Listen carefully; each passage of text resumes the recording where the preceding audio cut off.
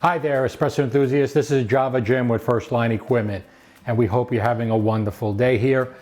Right in front of us, we're going to give you a review on the Caffeum Perfectus Minima Espresso machine. It says Minima here. It is made by ACS in Italy. They're making this dual boiler espresso machine in all stainless steel body, stainless steel frame. Two boilers with dual PID control that occurs right here. There is a shot clock on the timer, 58 millimeter of filter baskets with an E61 group head, but the difference is, compared to other machines, this one has an on-off switch to make the espresso and an electro valve that's right here that opens and closes as basically as a three-way valve. It also has a brew pressure gauge. The brew pressure gauge is not the pump pressure gauge. This will show you the resistance in the puck, basically the resistance in the filter basket. And what does that, how does that occur? Basically your grind fineness, the finer, the higher the pressure. There's more coffee in the basket, the higher the pressure. The harder the tamp, the higher the pressure. The reverse is also true. If you're only getting 4 or 5 bar here, or if you have no coffee in the basket, you might get 2 or 1. That means the grind is too coarse, or it also means there's not enough coffee in the basket, or the tamping pressure is not hard enough. But you have to find that relative balance to get to the brew pressure in the gauge here. Now, a little tidbit. This is only an indication of what's happening here. It may not necessarily be the best taste that you like. It could be a 10 or 11 bar, it could be an 8 bar. At the end of the day, it's how it tastes in the cup. That's the most important thing. So this is more scientific. The end result is what tastes the best in the cup for espresso, cappuccino, or lattes. The other little tidbit is the gauge typically shows 1 bar higher than what's coming out here. From the several tests that I've done across multiple machines, usually that's the case. Some cases maybe a bar and a quarter or 3/4, but this is usually showing a little more than what's happening here. Now internally, this machine for the sub $2,000 mark has the largest steam boiler. In the steaming department, it literally blows everything away with a tank vibration pump, sub $2,000. It comes with a nice wand here with the compression valve. It's not non-compression. Hot water tap is here. Now, little tidbit here. I always advise customers, this was marketed in the US to make cafe Americanos, also to get hot water for tea. Now, what they don't tell you is you can actually damage your machine, because the true purpose of the hot water valve in Italy was to rinse the portafilter. That was the true intended purpose. But the marketeers here in the USA and around the world saying, hey, hot water for tea. It could be too hot for some teas. I'm not a tea expert, but I do know some teas take different temperatures. The other thing is Cafe Americano, I prefer to use a water kettle so I can control the temperature of the water. Coming out of here is steam and hot water. It comes from the steam boiler. And what does that mean? The steam at the top is pushing the water at the bottom of the boiler to come out through the water pipe here. So you're going to get a mixture of hot water and steam on all dual boiler and heat exchange espresso machines. The other thing is, how can you damage it now? Well, the steam pressure can push the water out through the bottom of the boiler faster through this valve and wand than the pump can get it back into the boiler. So think of a boiler vessel like this, a heating element here that heats up the water levels here, and the steam is up here, okay? The steam pressure pushes the water down, the heating element that's here becomes exposed to air. As water comes in from the bottom, and most espresso machines, the cold water coming from the bottom, if that tip of the heating element gets too hot and the cold water hits it, it fries and burns it up and basically makes it, I won't say explode, but it basically, the copper or the stainless steel will just push out. and you'll get this white gunk coming out of your water wand from that point on. So my advice is that you take no more than 4 ounces out of the hot water valve on any espresso machine, unless it's a big 2 group with an 8 or 10 liter boiler. Then you can squeeze out about 8 ounces. But anything under 5 ounces for sure, no more than 4 ounces. And this is across the board for heat exchangers and dual boilers. Just follow that rule and you'll have a more useful, happy life for your espresso machine without damage. Stainless steel top, nice heavy cover. However, the one thing that I'm not crazy about is the water tank. The water tank here, it does have a particle filter, but do purchase the water softener that we sell on our website. Currently, at the time of this video, it's code V725. At least they're smart to make the OPV return hose, which is cold water, shorter. Then there's a particle filter here. That's all that is. And then there basically is the water tank is right here. Always fill it on the outside of the machine. Every blue moon, I have a customer who's pouring in, and they're pouring into the grill on the top of the espresso machine, which ends up, what happens is you get water inside, you get a short circuit. So always fill it up on the outside.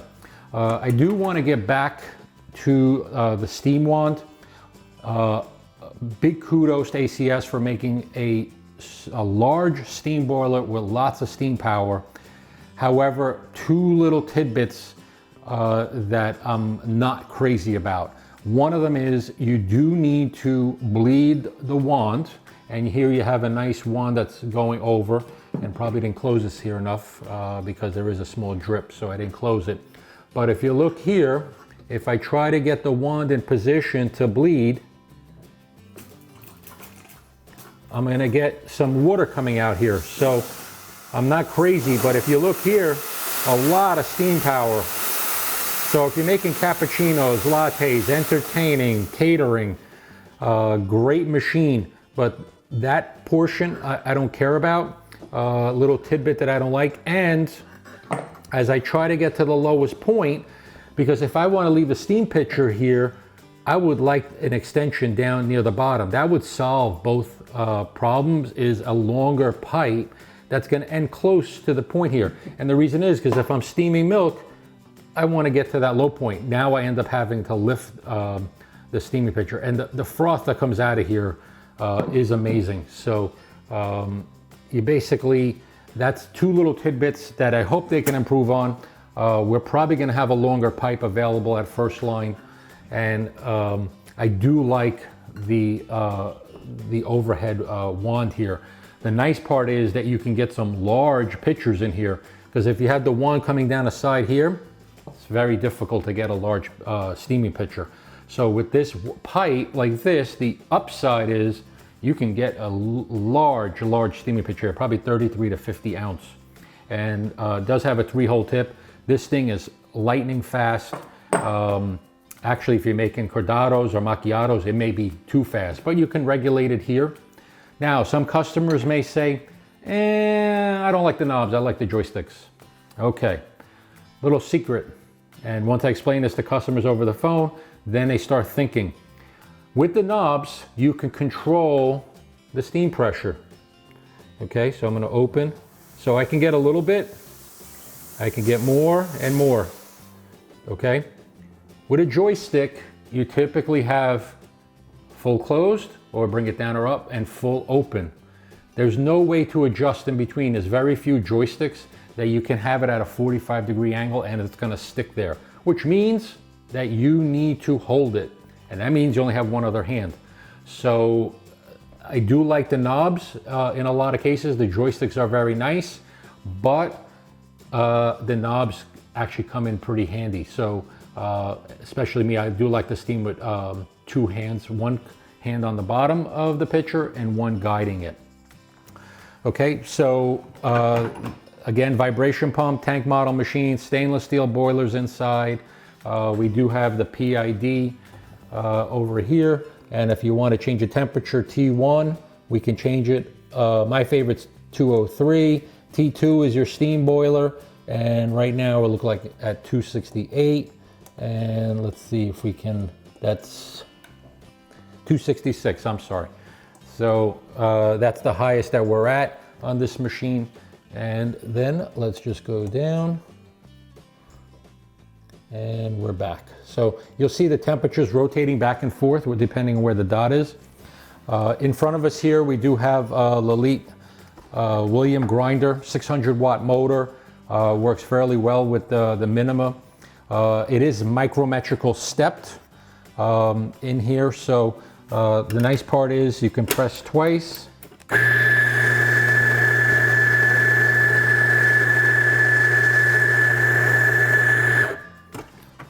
And I like to level off my coffee without pushing it down. Like to keep the basket full. Remember I talked about the resistance. Now what I like about this grinder here is there's a little push button on top. So I need a little more coffee in there. And in this case I did stage the grinder. I don't want to try like 4 times, so I did stage it to make a decent espresso. Here is an Espro tamper. We sell it on our website, 58 millimeter, and little knock. Some people don't like the knock. Clean the lips there. There's custom first line glasses we purchased many, many years ago. These are the last ones left in my house. Sorry, we don't sell those anymore. On this side on the bottom, you can't see it, but you probably saw it before. You could turn the coffee and steam boiler on or the coffee boiler only. So you have a switch here. Let's make our espresso. I like the espresso to come out between 5 and 8 seconds.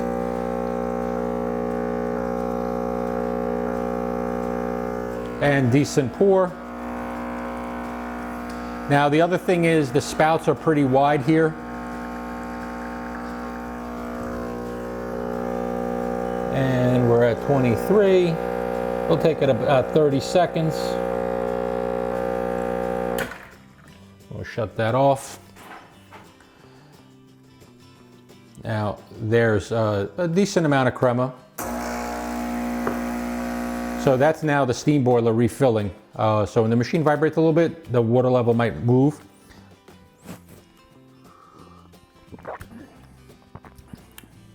Not bad, but I'm going to give you a little secret. So I do trade shows, and at the coffee trade shows, and I'll serve coffee, but I hide the bag of coffee, and people will say, what coffee are you using? And I'll be like, well, taste it first. I want you to taste the espresso. The reason I do that is because people prejudge the espresso that comes out. And this coffee was, it was okay in taste. Crema was okay. But after they taste the coffee and they're like, oh, this tastes pretty good. I'm like, yeah, the machine works well. They're like, are you gonna tell me what coffee? So I pull out the bag from under the table or wherever, and I'll say, now this is just an example. In this case, I'm using Segafredo. This is the extra strong blend. And I'm not crazy about the extra strong blend. I like the Massimo blend better. And they're like, oh, that's stale coffee. I'm like, yeah, in your book, it can be considered stale because it's not roasted in the last 7 days. And there is some truth to that, but the Italians roast and package their coffees that you can actually get some pretty good espresso flavoring or the flavor profile that tastes pretty good. And you look at this, you still get crema. Just to let you know, this bag was opened over 2 weeks ago. So it's really stale and you can still pull crema. Taste, I'm not crazy about, but just to prove a point, and it's just amazing when people they get taken back. Now, if I told them what I used ahead of time, they already would prejudge. And sometimes it brings it out on a table that they really don't know how to taste the espresso and the coffee that comes out because they're basing it on the questions they're asking you. So if you're at home or in office and you're making espresso and they ask you, oh, what coffee? First ask them to taste it, and then tell them and lay down the groundwork that you're basically, the coffee's not the freshest. We do roast our own fresh coffee at First Line, so I could tell the difference between coffees, but you do get some good flavor profiles out of the Italian blends. I'm not to put them down. And also when I've gone to Italy many times, the espresso does come out there a little bit better because the coffee is a little more fresh. Where here in the US, it takes about 3 weeks for the coffee to get here, and then it sits in a warehouse for who knows how long. But it is consistent, where roasters here, even ourselves, sometimes you have a little bit of inconsistency. So there's a balance between the two. So now, again, we want to steam milk, and again, see how the steam's coming out? It's no matter how you get the pipe here, and this is not a no burn pipe. The other thing is that most people don't know, on a no burn pipe, you do have a polyethylene or a Teflon tube that runs on the inside, which is, people say, oh, I don't want Teflon, but there's no scratching going on. But what happens is the diameter of the tube inside the opening is 40 to 60, but an average 50%. So your throughput of steam slows down by 50%. So that's the deficit on a lot of prosumer and dual boiler machines that have the no burn one. Where here, this thing is made to steam, okay? So we bled that, and basically this tip is gonna go to the surface of the milk in my book. And I want you to count the seconds. And I'm at full open right now. And what I listen for is that swishing sound, get rid of the big bubbles. And it's getting, for me, too warm to the touch on the bottom. And that's my thermometer, is my hand.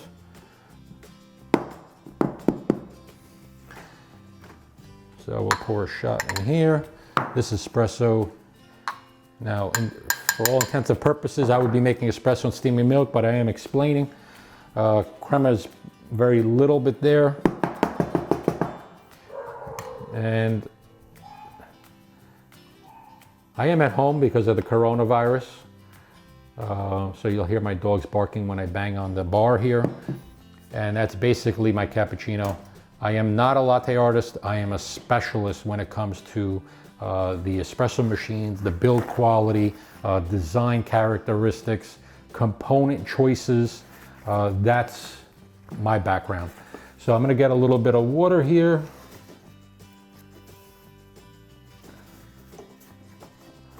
Tighten this up. So see, I took some water out and it went for a refill. Then I'm gonna clean the pipe. No abrasives on cleaning. A sponge, clean sponge or paper towel. And basically, to finish off here, you can back flush. As far as descaling, I don't recommend it. I recommend getting the water softener. Prevention of limescale buildup is key, especially on dual boiler prosumer espresso machines, because there's a lot of components in here. So the V725 will work very, very well. And to finish off, which I didn't mention before, another little tidbit. If you look, this riser here, which is a great idea, but sometimes what happens is it may be difficult to put on. And the reason is, if you look here, there are two like little teeth, and on this side, they're not. The teeth go to the back, okay? So they sit right there. The drip tray does come out forward, it doesn't come up. And let me move the machine because my bar counter is in the way a little bit. And then the drip tray can be removed. There is nothing that is dishwasher safe on this machine. It's just better to wash everything by hand, and that slides in there. Nice metal feet. So some companies put plastic feet on the bottom. Sometimes it's better. They do come with some inserts that can be attached to the bottom to make it quieter and also to slide better. So there we have our nice cappuccino. Has been sitting there. So as a cappuccino, tasted much better with the espresso because the milk has diluted it. So in this case, I do like the cappuccino that came out. It was very, very good. And that's pretty much it. Hopefully you enjoyed watching this video. Again, Java Gym with First Line Equipment. Thank you, have a great day, and take a look at this espresso machine on our website. Last but not least, give us a thumbs up down below or subscribe to our YouTube channel. There's more to come.